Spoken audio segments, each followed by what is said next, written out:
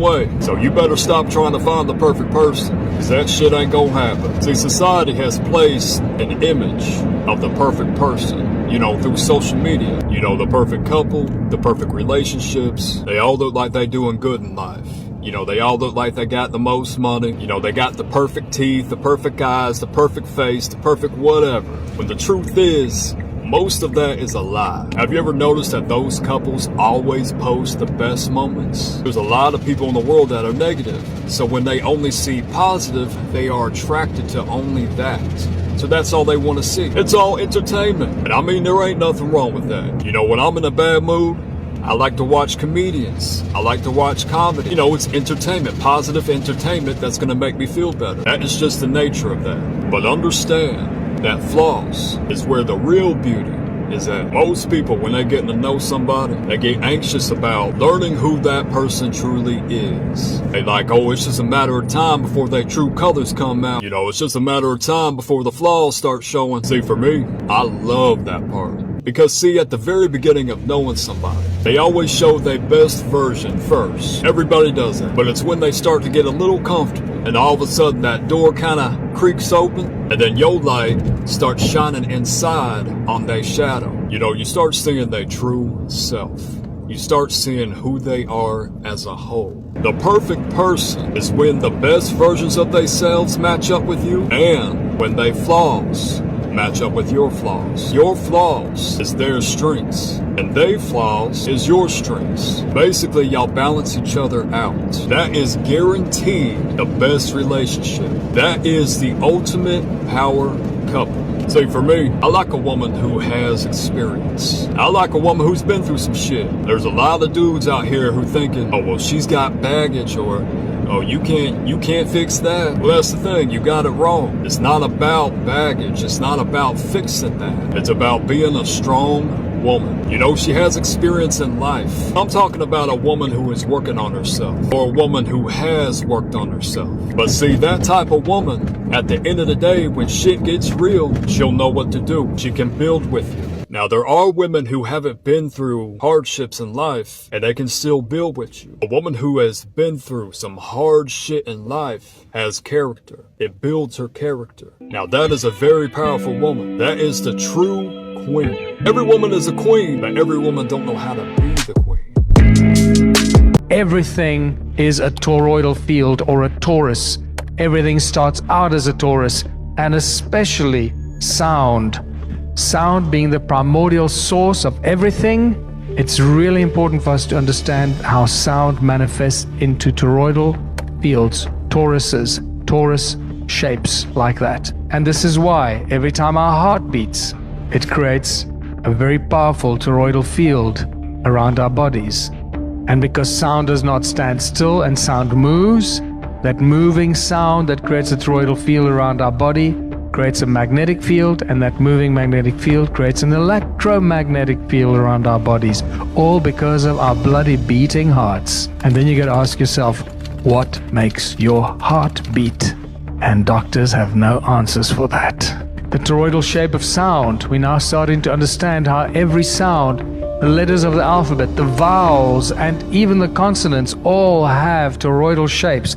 Everything manifests in a toroidal field. You cannot get away from it. And then the toroidal field of sound becomes a scalar weapon and turns into scalar technology. And even color manifests in toroidal shapes and toroidal fields, toruses. Color, because every color has a frequency to it, and every frequency has a sound to it. Every light frequency has a sound frequency attached to it, and therefore it is also a torus. The shapes in nature, the shapes in triangles, the shapes that we find in sacred geometry, how even those shapes have frequencies connected with them. 111 is alignment and activation. Your thoughts and your energy are matching your highest timeline. Doors are opening and your identity shift is beginning. 222, trust and rebalance. You're entering your timeline where things unfold in divine timing. Release control and let the universe rearrange the pieces. 333 is support and expansion. Your highest level guides are actively helping you and paying attention. You're growing into the next version of yourself. 444 is protection and building strong foundations. You are being surrounded and supported, spiritually and energetically, if not physically. This is your "you're safe, keep going" frequency. 555 is a massive shift. It is transformation. Your timeline is changing and old cycles are collapsing. 666 is realignment. It's not evil, it's not negative. It's a reminder to refocus your frequency back inward. Rebalance. 777, the number that's been chasing me for quite some time, is divine magic, miracles, intuition, downloads. This is your in the flow synchronicity. 888 is abundance. This is financial alignment, infinite potential. The 8 is the infinity, remember, and quantum manifestation. 999 is completion. A cycle ended, a chapter closed, and a new timeline is uploading.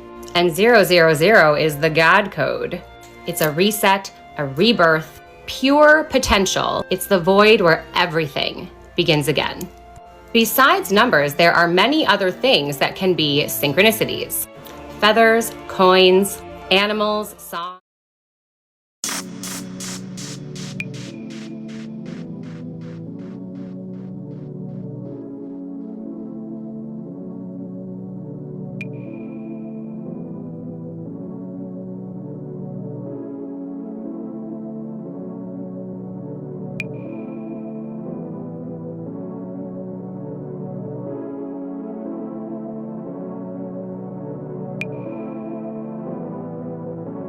When you speak to your own body, you are because somebody's paying attention to it and it will listen to you. When you speak to your own body, you are the voice of God to that universe within you. See, within your body, you have a universe, an entire universe, all the cells and the organs. If you begin to talk to it, tell everybody how much you love it. I love you, heart. I love you, liver. Tell them how much you love it. It loves them because somebody's paying attention to it, and it will listen to you. Holy shit, did you know about this? Cannabis overdose deaths are equal to the number of people murdered by unicorns. It's a scary time we live in, people. It's said that when a woman births sons, she's ending a lineage, but when she births daughters, she's continuing it. This idea comes from the fact that the feminine lineage, or the womb, carries more than just DNA. The womb carries emotion, memory, energy, and when a woman births a daughter, she's continuing her matrilineal story. Her daughter was once an egg inside her own mother's womb, meaning that 3 generations were once nested inside one another. And that thread of feminine wisdom moves forward when you birth a daughter. But on the flip side, when a woman births a son, it's said that she's completing something, essentially closing a karmic loop. And this is because your son doesn't carry a womb to pass on that same energetic line. So instead of carrying it forward, he transmutes it. So a son will often embody the healing that's already been done. So when you've done deep ancestral healing, your sons are that healing made visible. And when a daughter is born after sons, essentially she's being born on clear soil, a new creation of a new lineage, a new family story.